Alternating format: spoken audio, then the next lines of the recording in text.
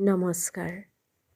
আজি আবৃত্তি কৰিবলৈ লৈছোঁ ৰূপকোঁৱৰ জ্যোতিপ্ৰসাদ আগৰৱালাদেৱৰ বিশ্বশিল্পী নামৰ কবিতাটি।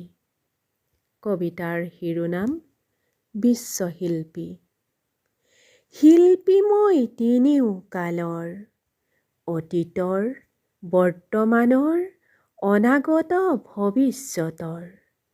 আদিতেই যাত্ৰা কৰি অনাদিলে যাওঁ, ধ্বংসৰ মাজেদি মই ৰূপান্তৰেদি ৰূপ পাই নৱতম সৃষ্টিৰ শলিতা জ্বলাওঁ।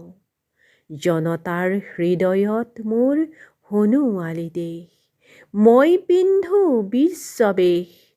নতুন দৃষ্টিৰে চাওঁ সৃষ্টি অনিমেষ। নানা ভাষা, নানা আশা, নানা জাতি বৰ্ণ যিনি, মই শুনো ঋণি ঋণি বিশ্ব জনতাৰ এক অপূৰ্ব সংগীত।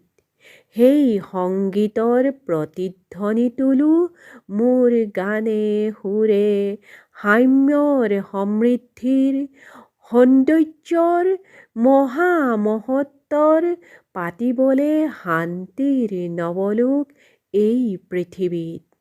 মোৰ কল্পনা মেধা, বুদ্ধি মনীষাৰে মোকে কৰি সংস্কৃতিৰ অপূৰ্ব আধাৰ। মোকে শলিতা কৰি জ্বলাওঁ বিশ্ব চাকি, বিশ্ব জনতা পূজাৰ। সেই পূজাৰ প্ৰধান অৰ্ঘ্য কৰি মই দিওঁ উপহাৰ, মোকে কৰি সুৰসুপ্ৰচাৰ। বিশ্বজুৰি জনতাৰ জয় জয়কাৰ, হওক জয় জয়কাৰ। ধন্যবাদ।